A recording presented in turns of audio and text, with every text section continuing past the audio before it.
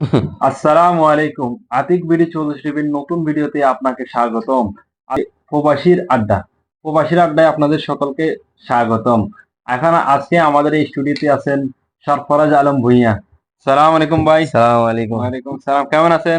আলহামদুলিল্লাহ আমি ভালো আছি তো আল্লাহর রহমতে। আপনি সৌদি আরব প্রবাস জীবন কত বছর? এই 1 বছর পূর্ণ হয়েছে। ১ বছর। তাহলে তো আপনি একদম নতুন আসছেন এই জি আমি নতুন। তো আপনি কিভাবে কেমন দেখতেছেন সৌদি আরবের পরিস্থিতি, আবহাওয়া, পরিবেশ কেমন লাগতেছে আপনার কাছে? আলহামদুলিল্লাহ আমার কাছে সৌদি আরবের আবহাওয়া ভালো লাগতেছে, আগের থেকে এখন ভালো আছি। গরম কেমন আলহামদুলিল্লাহ। লাগতেছে? গরম এখনো আসলে পুরো শুরু হয় নাই। আর সৌদি আরবে গরমের সম্পর্কে আমরা আসলে সবাই জানি, দেশ এবং দেশের বাইরের যতজন লোক আছে সবাই সৌদি আরবের এই গরমের সম্পর্কে জানে। সৌদি আরবে গরমটা বেশি। আমাদের দেশের তুলনায় সৌদি আরবে কিন্তু গরমের গরম অনেক বেশি, তাপমাত্রা কিন্তু অনেক অনেক বেশি। বেশি। হ্যাঁ, আর এখনো যারা শুরু হয় নাই, গরমটা পড়া আরো পরে পড়বে, আরেক বেশি গরম। উম, জুন জুলাই থেকে জুন বেশি জুলাই মধ্যে পড়বে, গরম হ্যাঁ। শুরু হবে। অবশ্যই যারা নতুন আসবে তারা একটু এই সমস্ত তাদের জেনে একটু বুঝে আসবেন। সমস্যা হবে, এই গরমের সাথে তারা ম্যাচিং করতে পারবে না। একটু 2-3 মাস তাদের একটু প্রবলেম হবে। আচ্ছা, যাই হোক, সমস্যা নাই, ইনশাল্লাহ সবাই থাকতে থাকতে অভ্যাস হয়ে যাবে, অভ্যাস হয়ে যাবে, তখন হ্যাঁ। গরম আর কিছু মনে হবে না। আচ্ছা, যাই হোক, তো আপনি যেমন আমি যখন প্রথমে আসছিলাম আমার কাছে আসলে অনেক গরম লাগছিল, আমার নাকে দিয়ে এক প্রকার ব্লাড বের হতো। তো এখন থাকতে থাকতে এখন ঠিক হয়ে গেছে, এখন আশা করি এসব সমস্যার সমাধান হয়ে গেছে, এখন এসব সমস্যা আর আসে না। মিডল ইস্টে আসার ক্ষেত্রে একটি জিনিস চিন্তা হ্যাঁ, ভাবনা করা আসে যে গরম গরম তাপমাত্রা, গরম আবহাওয়া অনেক দেখে। বেশি এখানে গরম। আচ্ছা, ঠিক আছে ভাই। আপনার সাথে আর একটা কথা বলতো, আপনার প্রবাস জীবনে কেমন কাটতেছে দিনকাল? প্রবাস জীবনে আসলে এখন বর্তমান সময়ে সৌদি আরবের পরিস্থিতি এখন আগের মতো নাই। আগে যেমন আমার আব্বুরা যখন প্রবাসে ছিল ওই সময়টা অনেক ভালো ছিল। এখন আমাদের সময়টা যে সময় আসছি আমরা, এখন ওই প্রবাস মানে আগের মতো প্রবাস নাই। এখন সৌদি আরবের অবস্থা অনেক খারাপ।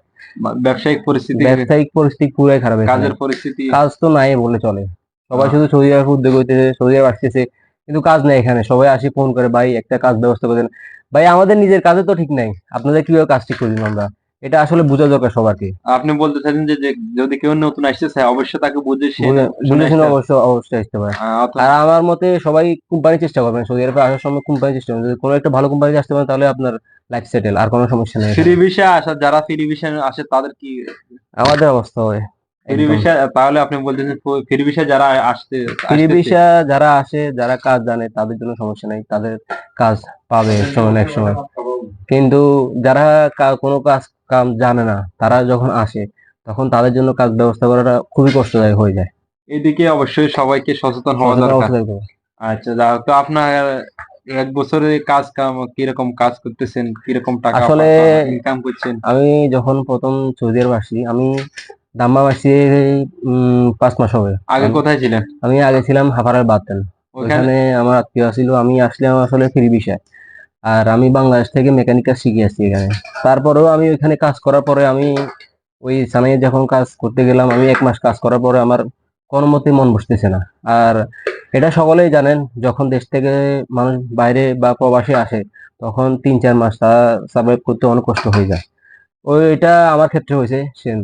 তো আমি ওইখানে কাজ করার পরে আমার কোনো মতেই ভালো লাগে না, শুধু বাড়ির কথা মনে পড়ে। আর ওইখানে কাজ কাম একদম ঠান্ডা, বেতন নাই বললেই চলে। আর ওইখানে পরিস্থিতি এখানে তো দাম্মাম এটা সিটি এক প্রকার, এখানে পরিস্থিতি খুবই ভালো আছে, আর ওইখানে পরিস্থিতি একদম পুরা না জাহেল অবস্থা। করুণ অবস্থা। হ্যাঁ। তো আপনার সৌদি আরব আসছেন 1 বছর, তো কয়টা ঈদ দিয়ে কাটাইছেন সৌদি আরবে? তো আলহামদুলিল্লাহ আমি আমার এটা সহ 3টা ঈদ শেষ হয়ে গেছে। ঈদ কেমন কাটছে আপনার? এই আলহামদুলিল্লাহ, পরিবার তো এই প্রবাসের মধ্যে নাই, সব আছে, আত্মীয় স্বজন আছে, ভাই বাজার আছে। সবাই আমরা এই যেমন আমি এই রুমে আছি, এই রুমে যতজন আছে ওরা সব আমার এক পর ফ্যামিলি এই প্রবাসের মধ্যে। ও, আচ্ছা, তো পরিবারের সবাইকে বেশিরভাগ মিস করা হচ্ছে ঈদের সময় গুলাতে। পরিবারের সবাইকে তো আসলে এটা বলে বোঝানো যায় না কিরকম মিস করা হয়। দেশের ঈদ এবং আমাদের এই প্রবাসের ঈদ কি সেম সেম নাকি একটু না, ভিন্নতা রয়েছে? আসলে দেশের ঈদ আর এই প্রবাসের ঈদের মধ্যে পুরা রাতে দিনের মধ্যে ফারাক। দেশে মা বাবা ভাই বোন আমরা ঘুম থেকে উঠে সবাইকে দেখি, ঈদে সবাই একসাথে যাই। মা বাবা বাড়ি মা বাড়িতে থাকে, বাবা ভাই সবাই মিলে আমরা একসাথে যাই, বন্ধু বান্ধব আছে ঘুরতে যান? ঘুরতে যাই। আর এখানে তো কি, আমরা 5টা বাজে উঠি, যাই নামাজ পড়ে আসি, সবার সাথে মুলাকাত করি, তারপর আবার আসি ঘুম দেই, বাস এটাই। আর এই প্রবাসে কোনো ছুটি মিলে না, সমস্যা এই জায়গায়। আবার কেউ কেউ তো আছে যে ঈদের দিনও নাকি ডিউটি করে। এটা তো আসলে আমরা যারা কাজ করি, এই আমরা যারা মেকানিক কাজ করি বা অনেকে আছে প্লাম্বারের কাজ করে, ওরা সম্ভবত শুক্রবারে ছুটি পায়। আর যারা ডিউটি করে, কোম্পানিতে ডিউটি করে বা কোনো একটা দোকানে ডিউটি করে, তাদের শুক্রবারে কোনো ছুটি নেই। বেশিরভাগ মুদি দোকানগুলা আর খাবার দোকানগুলা খাবার দোকান এগুলোতে কোনো ঈদের ছুটি নেই। দিনও ছুটি নেই। ছুটি নেই। আচ্ছা, আমরা এটুকু বুঝতে পারছি যে দেশ এবং বিদেশের ঈদ একদম আলাদা। অবশ্যই আপনারা চিন্তা ভাবনা করে আসবেন। আর আচ্ছা, তো আপনার কাছে আরেকটা জিনিস জিনিস জানা, সেটা হচ্ছে কি, দেশে টাকা পাঠানোর ক্ষেত্রে আপনি কোনটাকে পছন্দ করেন, আসলে ব্যাংক নাকি হুন্ডি? আসলে আতিক ভাই, আপনি একটা খুব ভালো এবং জটিল প্রশ্ন করেছেন। তো আমি, মানে আমার ক্ষেত্রে আমি অন্যদেরকে কিছু বলবো না, আমি আমার ক্ষেত্রে আমি একটু হুন্ডিটাকে একটু আগে রাখতে চাই। কারণ একটা জিনিস ঠিক আছে, আমরা এই প্রবাসে থাকি, আমাদেরকে রেমিটেন্স বলে আমাদের দেশে যে রেমিটেন্স আমরা পাঠাই, ওটা দিয়ে আমাদের দেশটা সচল থাকে। তারপরেও আমি মনে করি যে আসলে হুন্ডিটা আমার জন্য একটু, মানে বেস্ট উপকার আমার জন্য, নাকি? একটু বেশ। কারণ হলো যে মনে করেন যে আমরা এমনি তো আমাদের ছুটি নেই, তারপরে আমরা যাই, ব্যাংকে যাই, যাওয়ার পরে দেখি যে এখানে লম্বা সিরিয়ালের সমস্যা আমরা দাঁড়াইলাম। এক প্রকার মনে করেন যে ওখানে আমরা হেনস্থ হতে হয়। আমরা আস্তে আস্তে আস্তে আস্তে দেখা যায় যে সময়টা ওদের শেষ, ওরা ডিউটি করবে না। পরবর্তীতে দেখা যায় কি, আজকে আমরা ছুটি নিলাম টাকা পাঠানোর জন্য, পরের দিন তো আমাদের কাছে ছুটি দিবে না। একদিন ছুটি দিন। একদিন ছুটি দেয় যে, একদিন তো পুরা দিচ্ছে না, হ্যাঁ, এক একদিন ঘন্টা দুই পুরো দেয় ঘন্টা না। হ্যাঁ, কিন্তু তারপরে আমরা ব্যাংকে গেলাম, ওইখানে আমাদের অনেক ফর্মালিটিস আছে, এগুলো পূরণ করতে হয়। তারপরে গেলাম, আজকে গেলাম এটা নাই, আজকে গেলাম মুদির নাই, আজকে গেলাম ম্যানেজার নাই। তো দেখা যায় যে অনেক দিক্কত, মানে আমাদেরকে অনেক মুশকিল সমস্যা করতে হয় এখানে, মানে সমস্যা পড়তে হয় আর কি। সমস্যা পড়তে হয় আর কি। হুম। হ্যাঁ, কিন্তু আমি মনে করেন যে ওই কারণে আমি, মানে ওই হেনস্থাটার কারণে আমি ব্যাংকে যাই না। এটা মানে আমার ক্ষেত্রে, আপনাদের ক্ষেত্রে না। আমি সবাইকে বলবো যে আপনারা সবাই ব্যাংকে টাকা পাঠান, আপনারা যত বেশি ব্যাংকে টাকা পাঠাবেন আমাদের দেশটা তত বেশি আগাবে। তো আমি আমার ক্ষেত্রে মনে করি যে আসলে আমি, আমরা আমরা চাই আপনিও ব্যাংকের মাধ্যমে টাকা পাঠানোর সিদ্ধান্তটা গ্রহণ করুন, মানে ইনশাআল্লাহ আমরা দেশকে আমি আমরা আপনাদের অগ্রগতি আমি নিয়ে আপনাদের দিকে নিয়ে সিদ্ধান্ত যাই। সহমত, সমস্যা নেই। কিন্তু আমি আমার ক্ষেত্রে যা বুঝি, আমার কাছে টাকা আসছে, আজকে আমরা বেতন পেয়েছি, আমি ব্যাংকে যাইতে অনেক প্যারা লাগে আমার কাছে। হ্যাঁ। তাই আমি এখান থেকে ফোন করি, ভাই আমার দেশে টাকা পাঠানো লাগবে, কত টাকা, এত টাকা।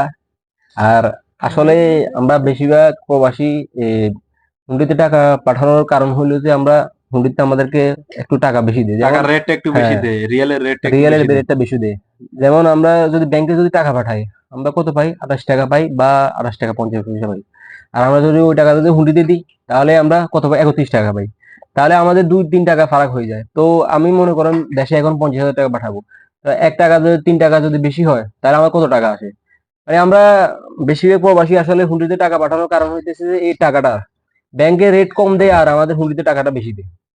ওই কারণে আমরা একটু হুন্ডির প্রতি একটু উদ্যোগ করতে বেশি আমরা আগ্রহী হই যে আচ্ছা, আপনার কথা মতে উনি বলতেছে ওনার কাছে সহজ বিষয়টা হচ্ছে হুন্ডিতে হুন্ডি। টাকা পাঠানো দেশে। আর যারা যারা আমার আজকে এই ভিডিও দেখতেছেন সবার কাছে একটাই অনুরোধ, আমার নতুন ফেসবুক আইডি এবং ফেসবুক পেজ এবং ইউটিউব আইডি অবশ্যই লাইক কমেন্ট সাবস্ক্রাইব করে আমার পাশে থাকবেন। নতুন নতুন প্রবাসীদেরকে নিয়ে আপনাদের সাথে আমি হাজির হব। আতিকুর রহমান। আর ভাই আপনার আমার সরফরাজ ভাই। আর যারা যারা আমাদের এই ভিডিওটা দেখতেছেন, সবাই আতিক ভাই আমার দেশি ভাই, আমার ফ্যামিলির লোক, আমরা একসাথে থাকি সবাই। ওনার আইডিটা, ফেসবুক আইডিটা এবং কি ইউটিউব চ্যানেলটা সাবস্ক্রাইব করে দিবেন, কমেন্ট করবেন, ভালো ভালো করে কমেন্ট করবেন। আপনাদের যত কমেন্ট দেখবো আমরা, তত আমরা ভিডিও আরো বেশি বেশি করবো। আচ্ছা, আর একটা, আপনার দেশের বাড়ি হচ্ছে কি ফেনী? ফেনী কোথায়? মহিপাল? আমার বাড়ি হয়েছে এখানে সাহেব বাজার, ফেনী মজলিশপুর। ফেনী সাহেব বাজার মসজিদ। ওখানকার যারা যারা দেখতেছেন তাদের কাছে একটাই অনুরোধ, অবশ্যই লাইক কমেন্ট করবেন এবং সাবস্ক্রাইব করবেন, আমাদের পাশে থাকবেন। আর প্রবাসীর আড্ডায় আজকে এখান পর্যন্ত। সামনে এবং নতুন নতুন পর্ব নিয়ে আপনাদের সামনে হাজির হব। সবাই ভালো থাকবেন। আসসালামু আলাইকুম। ধন্যবাদ ভাই আপনাকে আমাদের সাথে